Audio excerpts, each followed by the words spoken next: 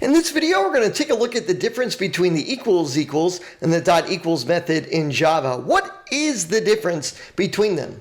Well, in Java, when it comes to string literals and string objects, there are two different ways to check if they're equal to one another.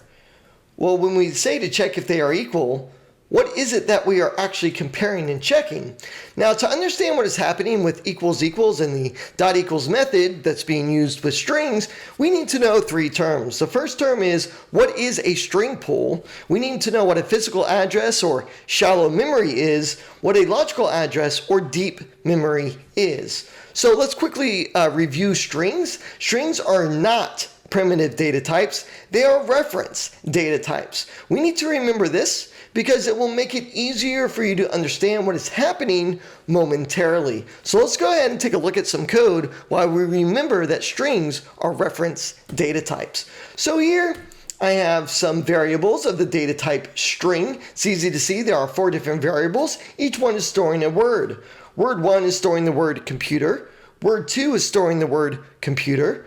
Word 3 is storing the word science, as well as word 4, which is also storing the word science. The question we ask ourselves is this: is Java storing 4 total words? Well, to answer this question, we need to take a look at what a string pool is. So here I have some variables and I have my string pool. When you create a string literal, which is what we just did, meaning word 1 equals computer, there's no new keyword there. We're not creating a string object. When you're not using the keyword new, you're creating a string literal, which is just word 1 equals computer. Word 3 equals science. Well, when you create that string literal, Java takes the data of the string and puts it inside the string pool. So here's what our string pool would look like. We have computer 1 time. We have science 1 time. I have all 4 of my variables. So here is what strings do. They don't hold the data, they point to the data. Word 1 is pointing to computer. Word 2 doesn't hold the data, it is pointing to the data. It's pointing to computer. Word 3 is pointing to the word science. Word 4 is also pointing to the word science. The variable word 1 holds the address that points to where the data is stored.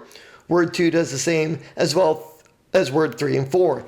It's the reference to the location of the data. This is why we say they're a reference data type. They're referring to where the data is stored. And when it's pointing to where the data is stored, we're talking about the physical address. Java looks in the string pool to see if the word exists. If so, it updates the physical address. It updates to where it is pointing to. The physical address holds the address of where the data can be found. If the addresses match, if I'm using equals, it should return true. It references where the data is stored. So here we can see the equals. I'm looking to see if word 1 and word 2 have a physical address that matches, meaning are they pointing to the same thing? And when I run my code, I see that it comes out to true.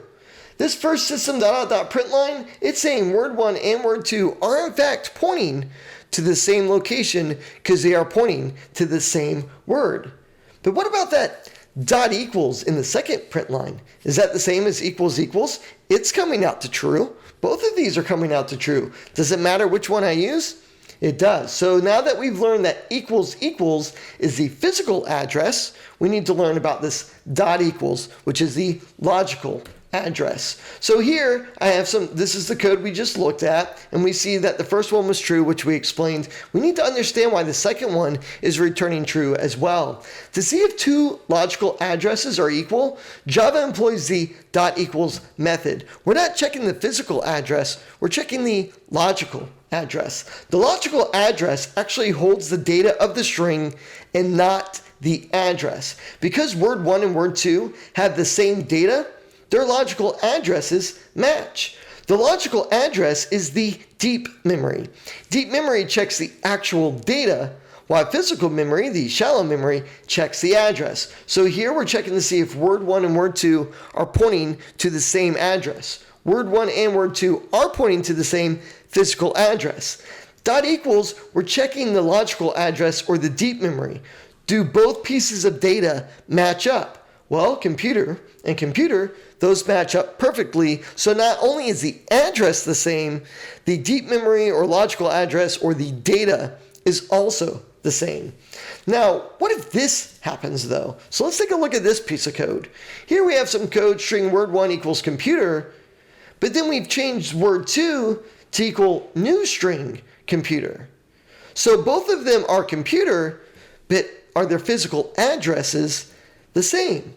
So what happens when I run this code? Let's go ahead, let's take a look at the output. We get false. They're saying word1 and word2 are not pointing to the same thing, but when we check the dot equals method, word1 and word2, both pieces of data are the same. So what is happening here? So here we have our code. Why is word1 equal word2? Why is that false?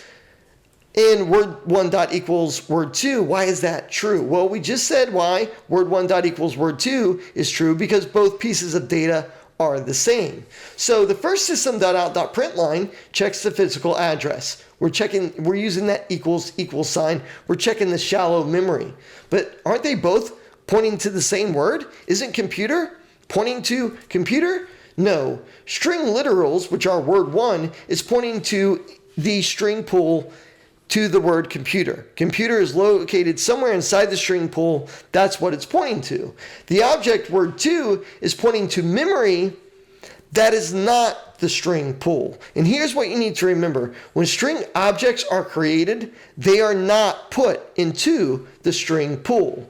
The dot equals method, remember, checks the data of the variable, and we see they are the same, computer and computer. They do match, and that results in true. So let's go ahead and try a couple. In the following slides, we're going to take a look at 3 practice problems. All you need to do is determine what will be outputted. So here's number 1. What would the following output? Here we have word1, which equals word. Then we have another string literal, sample equals word1. We have the equals equals, which checks the physical address, and dot equals, which checks the logical address. Go ahead and pause here and determine what will be outputted. In number 2, we have the same thing, word1 equals word. This time we have new string, word1. We are checking the physical address, then we're checking the logical address. Go ahead and determine what would be outputted here. And then our final one, number 3, what would the following output? So we have word1, which equals word.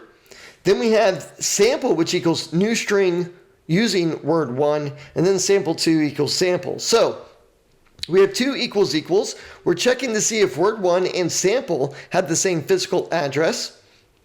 We're checking to see if sample and sample2 have the same physical address. Are they pointing to the same thing? Sample dot equals sample2. We're checking the actual data of sample and sample2, and then we're checking the actual data of word1 and sample2.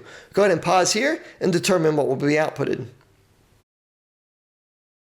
Okay, it's time for the answers. So let's go ahead and take a look at number 1. So here was our code. And here's what is outputted, which is true and true. Word1 and sample. Because sample equals word1, sample is going to be equaled to the string literal word. So word1 and sample, they are both pointing to the string pool, pointing to the word word. And because it is, they are pointing to the same thing. Because both of them are pointing to the same word, they're actually storing in their logical address the string literal word, so they do match up. Number 2, so in this one we get false followed by true. Word1 has the word in the string pool, but sample, it doesn't go into the string pool. String objects do not put data into the string pool, so they are not pointing to the same thing. The word1 dot equals sample, we're checking to see if word matches what the data in sample is. Because sample was built using what was word1, which is word, both of them match, therefore it is true. And then number 3, we get false, true, true, and true. So what is happening here? Here we're checking to see if word1 is pointing to the same thing as sample. Well, sample is an object, Word 1 is pointing to the word inside the string pool. They are not pointing to the same thing, because remember, when you create a string object, it does not go inside the string pool. Then we look at sample and sample 2, because sample 2 was built using sample, which is new string word 1. Well, are they both, is sample and sample 2, are they pointing to the same object? Yes, they are, because sample 2 equals sample. So that returns true. Then we check the logical data or the logical address of sample and sample 2, because they're both pointing to the same thing, word 1, which was word.